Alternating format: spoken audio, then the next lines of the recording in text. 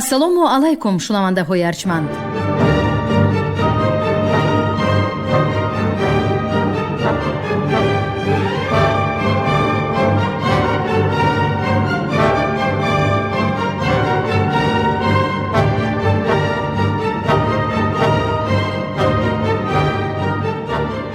ба таваҷҷӯҳи шумо гуфтор аз силсилаи хониши адабӣ. қироати китоби президенти ҷумҳурии Тоҷикистон муҳтарам Эмомалӣ Раҳмон «Тоҷикон дар оинаи таърих аз ориён то сомониён». китоби дуюм, гуфтори 37. همین طریق تورانی ها در کتیبه های عهد هخامنشیان و تاریخنامه های مؤلفان عتیقه با نام های سکه، مسگیت و سکیف ذکر شدند. از میانی 4 طایفه سکایی در بالا نام برده سکایی های تیگرخود و سکایی های خامورس در کناره های رودسیر و آموزی است در تشکل عنصرهای اتنیکی و اتنوگنیز نیاگان خلق تاجیک به واسطه شرکت نمودند. در قول اکادمیک باباجان غفوروف، قبیله های کوچمنچی و نیم مقیمی در منطقه وسیع دشت، دامن کوه‌ها و مرغزارهای کوهستان ساکن بودند. در ناحیه‌های نزد ارل و بین دریاهای امو و سیر این قبیله ها در زیر تأثیر مدنیت خوارزم ماندند و مست در اینجا به حیاتی مقیمی گذشتند. اشراف کوچمنچیان ملک‌های استحکامی داشتند. قبیله های کوچمنچی سکایی ها در ناحیه های ساحلی راست سیرکی در جریان مابین آن واقع بودند، در دشت های جنوبی قزاقستان، شمال قرقیزستان، در کناره های وادی فرغانه، قسماً در ناحیه های داخلی فرغانه و در پامیر شرقی مسکون می شدند. آنها با ناحیه های اصلی مقیمی نشین رابطه های مستحکم اقتصادی، سیاسی و مدنی داشتند. در عین حال آنها یک قسم آن بحری بیکناری قبیله های کوچمنچی بودند که از مغولستان تا دشت های روس موج میزد. یکی از سبب های جدی در شاهنامه به قبیله های آریایی تورانی نسبت دادن ترک ها از آن جهت سر زده است که فردوسی شاهدی بیواسطه از بین رفتن دولت آوازدار سامانیان، تاخت و تاز و غارتگری و جنگ و جدال های سرشماری قوم و قبیله های یغما پیشه ترک گردید. فردوسی که از زبان پهلوی آگاه بود، سرچشمه های ادبی و تاریخی گذشته را خوب می دانست و به خاندان باستانی شاهنشاهان آریایی رسیدن سلاله سامانیان را تصدیق و پشتیبانی می کرد. در میان قوم ترک به پاره ها تقسیم شدن امپریای مقتدر را با چشم سردیده خون می گریست. شاعری شهیر در ابتدای نظم شاهنامه به قولی از لطف و مهربانی والیان سامانیان در قلمرو طوس برخوردار بود و این اثری بی زوال را به خاطر پیشکش کردن به دربار پادشاهان سامانی بر رشته نظم می کشید. چنان که نویسنده زبردست ساتیم اولوغزاده آورده است، فردوسی تاریخ شاهنشاهان و جهان پهلوانان عجم را زنده می کرد و تپاتپی سومی اسپان جنگی، شیهه رعداسای آنها، هیاهوی رزماوران، چکاچکی شمشیرهای خونریز، بانگی وهمانگیزی تبل و دهلها، نعره فلک پیچی کرنیها مدام در گوش شاعر طنین انداخته. برایش چون کارنامه رزم و کشورداری و میهن پرستی آریایی ها بر ضد تورانی ها الهام و مدار می بخشید. ولی از قضای تقدیر فردوسی نظم شاهنامه را بعد 30 سال انجام داد و تختی میراثی شاهنشاهان سامانی به دست سپاهیان نودولت و سابق غلامزاده های ترک افتاده شکوه و جلالی شاهنشاهانی آریایی در چشم آنها ارزشی نداشت و شاید از همین لحاظ فردوسی دشمنی ازلی آریایی ها تورانیان را بعضاً به شکلی ترک آورده در سیمای آنها ترک تازی های تورانیان را وسعت بخشیده است و با همین وسیله تاخت و تاز و بیدادگری های ترکان را مذمت کرده است. وگرنه به قول شرقشناس و مورخ بزرگی قرن 20 برتولد، توران به ترک ها یگان ارتباطی ندارد.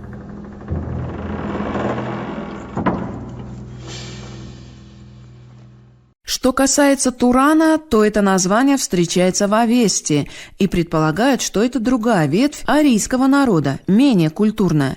Между этими двумя народами, ариями и турами, была вражда, и затем, когда Туркестан подпал к VI веку под владычество турок, то эти два слова сблизились, и название Турана стало относиться к туркам, к которым оно не относилось первоначально.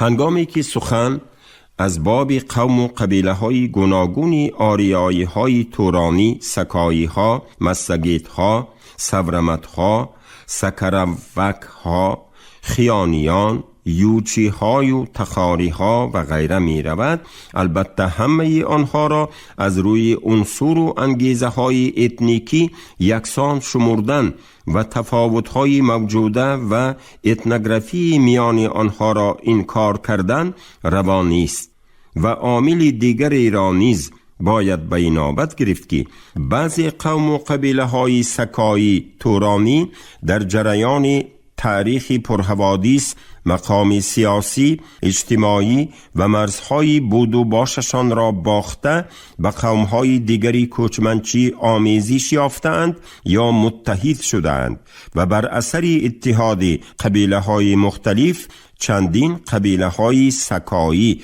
تورانی از عرصه تاریخ ناپدید گشتند.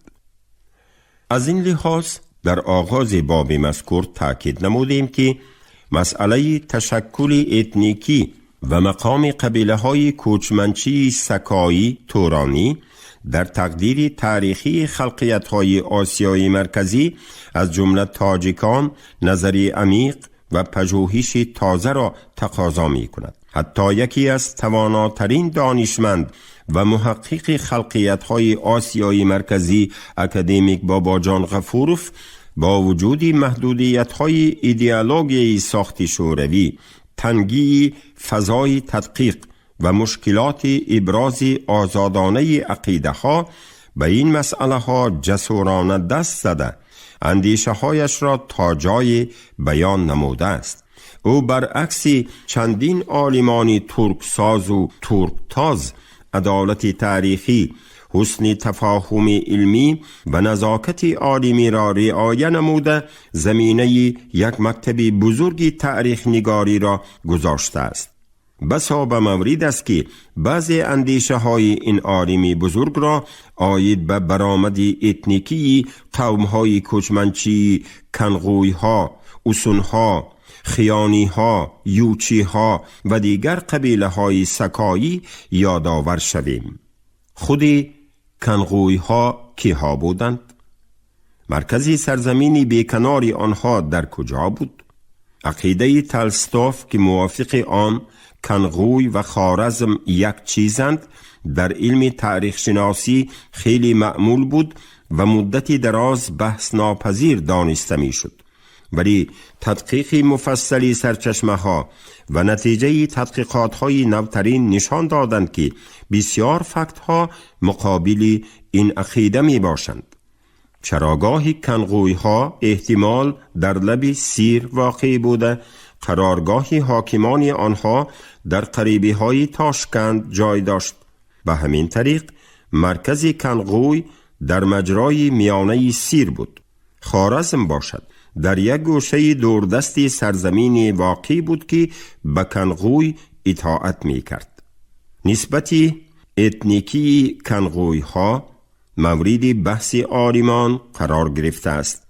عقیده هست که آنها ترک می باشند. بعضی ها اثبات می کنند که کنغوی ها از مردمان تخاری زبانند، ولی درستش همین که آنها از مردمان ایرانی زبان بوده اولاد و وارثان سکایی های سیر می باشد. این عالمی زبردست درباره اسونها نیز ابراز عقیده نموده می نویسد که قسمی اساسی اتحاد قبیله هایی که در تاریخ با نام اسونها معمول است، این خودی همان اهالی محلی سکایی می باشند که بعدها ترانسفرماسیا شدند. باید گفت که در تدقیق تاریخ و تمدن عهد قدیم، علل خصوص هنگام پژوهش پروبلم‌های اتنیکی، اتنوگنیزی و اتنوگرافی قوم‌های آریایی و تورانی، باید از فضای سیاستی امروزه و موقع غرضناک حمایه منفعت‌های ملی و بزرگ دولتی خیش اندازگیری نماییم. ولی چی میتوان کرد که با وجود دستاوردهای بزرگی علم تاریخ و باستانشناسی قرن 20 در بین دولت‌های صاحب قدرت و ملت‌های نفوذ طلب، تلاش‌های میراثبری و خود را دارای گذشته قدیم‌تر و وارث تمدن باستانی وانمود کردن به حکم عنعنه در آمده میراث فرهنگی، اصالت تاریخی و آثار کهن ایرانیان و تورانیان به بازاری داد و ستد آشتی ناپذیر و تبر تقسیم تمدن گذشته تبدیل یافته است. علتی از همه ناگوار که به تدقیق خالصانه پروبلم قوم‌های آریایی نژاد ایرانی و تورانی مانع می‌گردد، قبل از همه تأثیر بزرگمنشی ملی و کوشش‌های تحریف تاریخ عهد قدیم و عصرهای میانه خلقیت‌های آسیای مرکزی، آسیای خرد و شرق نزدیک است که باعث پایمال شدن عدالت تاریخی و حقیقت گذشته می گردد. ما در بالا علی قدر حال به علت ترکگرایی و ترکسازی قوم‌های آریایی نژاد تورانی آشنا شده دریافتیم که بعضی از محققان هنگام جوی حصه قوم و قبیله‌های مختلفی سکایی را که پیشه چارواداری و بادیه‌گردی داشتند به قوم و قبایل ترک نسبت داده، تاریخ و تمدن خیش را قدیمتر و پرمحتواتر وانمود می سازند. این هنوز یک پهلوی مسئله است که به نظر سهل و عادی می نماید، ولی هدف نهایی عمیق‌تر و پرغنجایش‌تر بوده به میراث تاریخی و فرهنگی خلقهای آریایی نژاد خود را شریک و حصه گذار برآوردن ترکگرایان می باشد.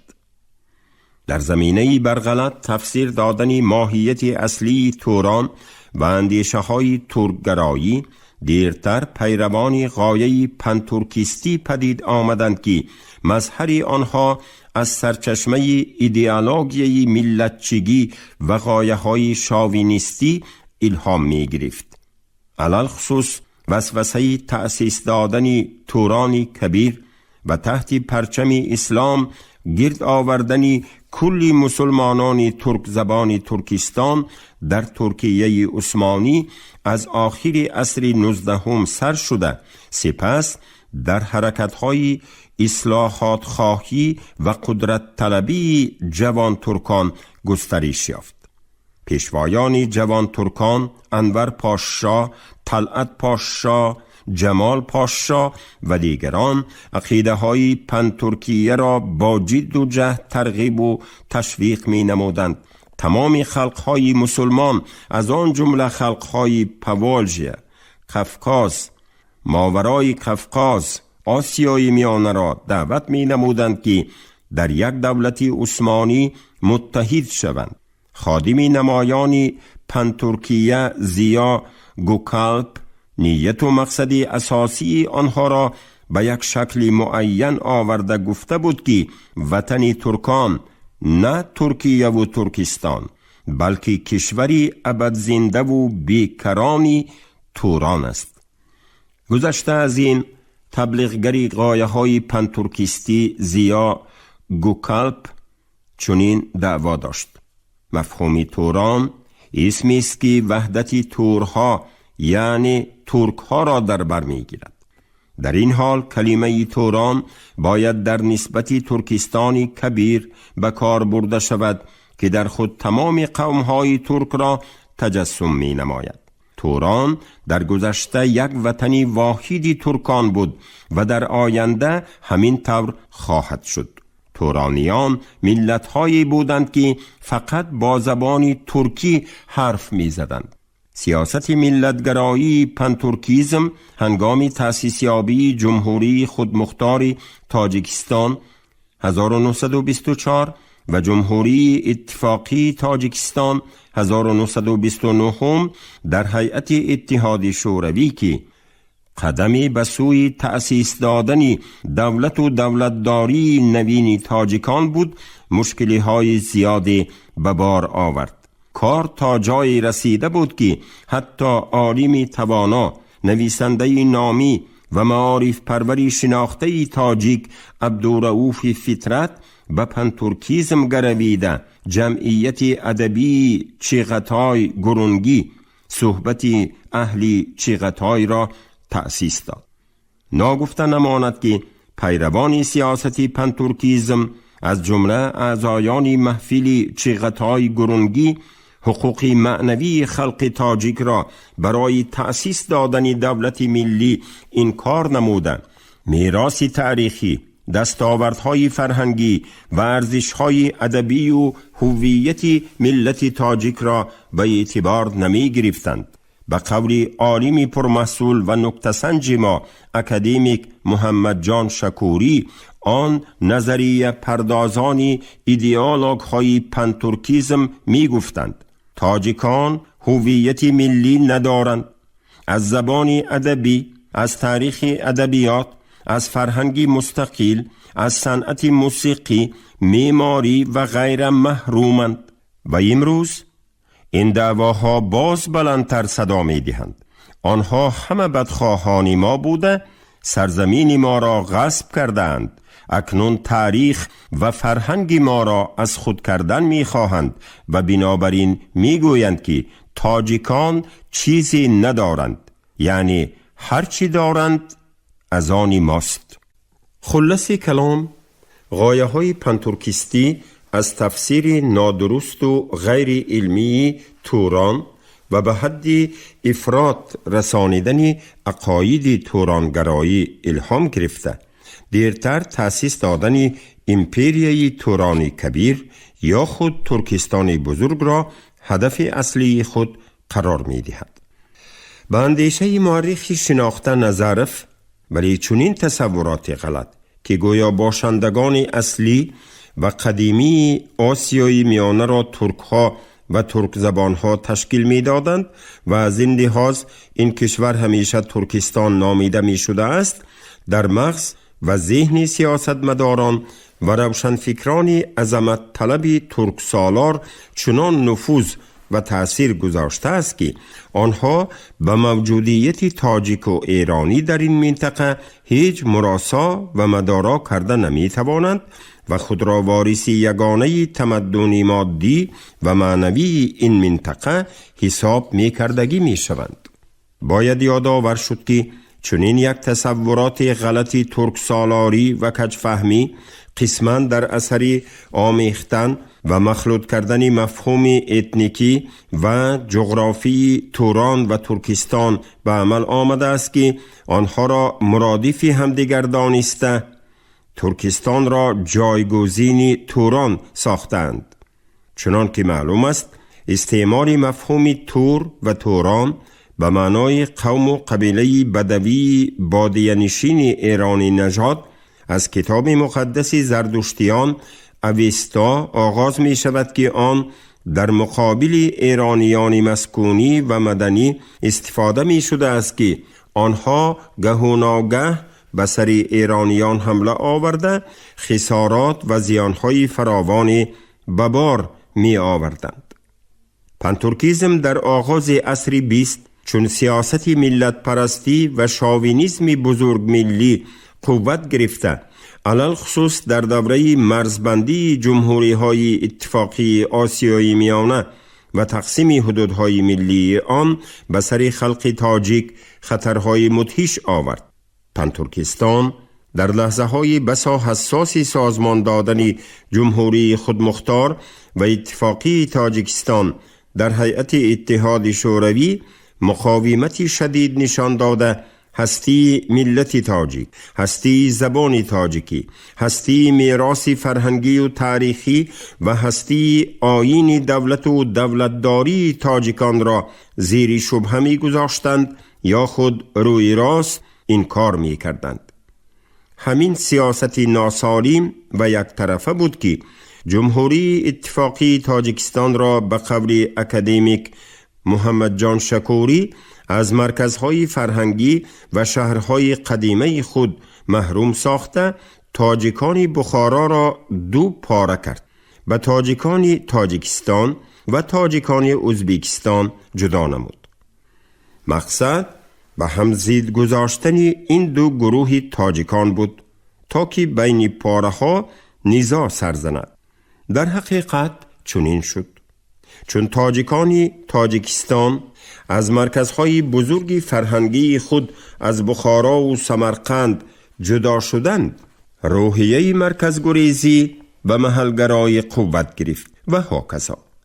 جنگ برادرکشی آخرین دهه قرن 20 در تاجیکستان از همان تبر تقسیم سال 1924 سرچشمه گرفت.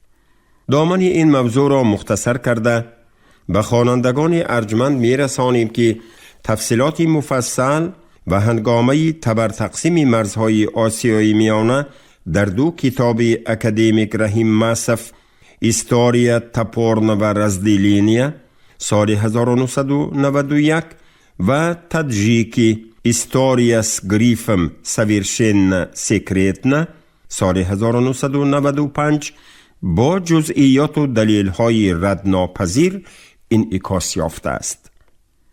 درباره ترکگرایان سخن رانده از علت ایرانگرایی، افغانگرایی و تاجیکگرایی چشم پوشیدن روا نیست. زیرا ما در مثال تجربه عبرت‌آموز تاریخ بسا خوب می‌دانیم که همه گونه بزرگمنشی ملی عاقبت‌های ناگوار و پهلوهای منفی داشته، حتی به جنبش‌های نقار طلبانه افرادگرایی و فاجعه‌های تلخ برده می‌رسانند. نظام و معیارهایی که شاوینیسم بزرگ ملی چی در گذشته و چی امروز در حجاب‌های رنگارنگ سیاسی، اجتماعی، ایدئولوژی، مذهبی و فرهنگی به جلوه آورده است، اصلاً از غایه‌های بشردوستانه خیلی دور بوده. خلقیت و ملت‌های کمشمار و بی حقوق را از اصالت ملی، زبان مادری، تقدیر تاریخی و میراث گذشته جدا می سازد و عاقبت به نابود شوی گرفتار می کند. محقق جوان و جوینده نور محمد امیرشاهی که به تاریخ دولتداری تاجیکان در عصرهای 9-14 رو آورده است، سببهای از خودشناسی ملی، دور افتادن تاجیکان و پراکندگی قومهای آریای نژاد را در ایران و افغانستان به طور ذیل می نگارد.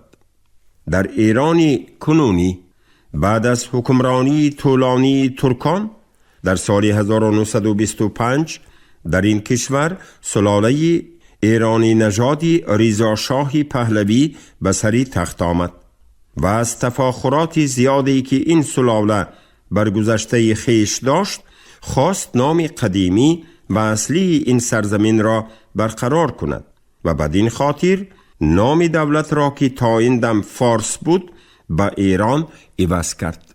سبب آن بود که فارس در گذشته نام ولایتی بود و آن را نمی توان بر کشوری بزرگ حمل کرد. بدین خاطر نام اصلی تجدید کرده شد.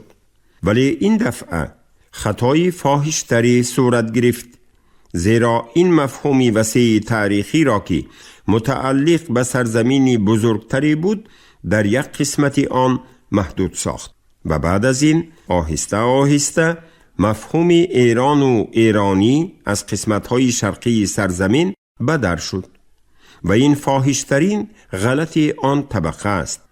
این خدمت خرسانه ایشان بدتر از همه گونه جوری حکامی ترک و مغول است بر سری اقوامی آریایی نژادی پارسی زبان، زیرا ایرانیان دیگری شرق میانه بعد از این نمی توانند خود را همچون ایرانی بشناسند، در صورتی که حدود بیشتری ایرانی اصلی قدیمی بیرون از ایرانی امروز است. مگر همین سخنان علامه سعید نفیسی کافی نیست که گفته بود ما ایرانیان از آنجا آمده ایم و ایرانی امروز به منزله خانه دومی ماست. در نتیجه با نام ملت ایرانی پدید آمد و به طور رسمی نام تاجیک از میان رفت. حتی در خریطه اهالی ایران که در شوروی ترتیب دادند سال 1986 در میان 15 خلقیت‌های ایرانی نژاد تاجیکان را در جای 15 تصویر کردند و گفته که در قسمتی کوچکترین باطلاق‌زارهای ولایت سیستان به سر میبرند. از نظر بعضی سیاست شناسان فاجعه افغانستان که قریب 4 عصر باز ادامه دارد دوام منطقی همان مبارزه های ملتگرایی افغانی است که بر اثر برخوردهای شدید ژئوپلیتیکی دولت‌های ابرقدرت علنگی تازه گرفته زیر پرچم نبردهای مذهبی دامن می افراسد. برسه مبارزه های سیاسی و مذهبی آمدن طالبان تصادفی تاریخ نیست.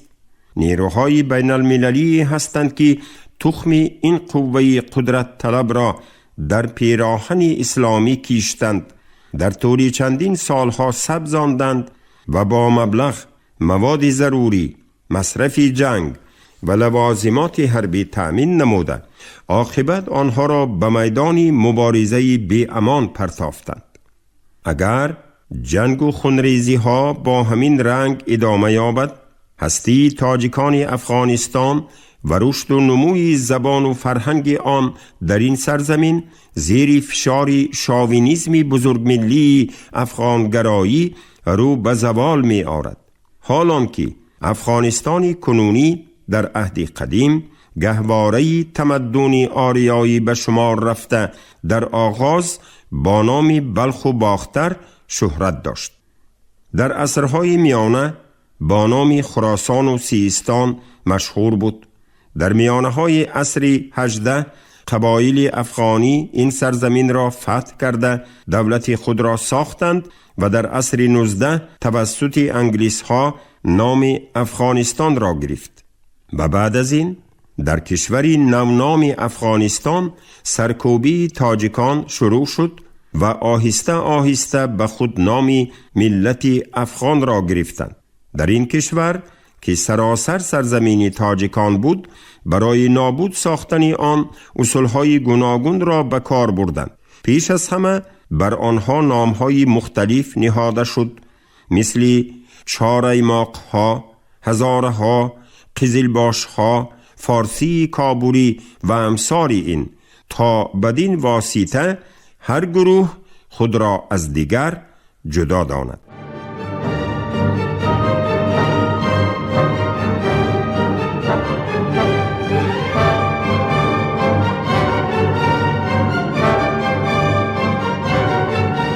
شنونده های گرامی، شما گفتاری 37 از کتاب پرزیدنت جمهوری تاجیکستان محترم امامعلی رحمان تاجیکان در آینه تاریخ از آریان تا سامانیان شنیده. راوی علیزاده عبدالرشید خوجمخور، کارگردان شیرعلی نغزلی. پایان گفتار از سلسله خوانش ادبی. شاد باشه.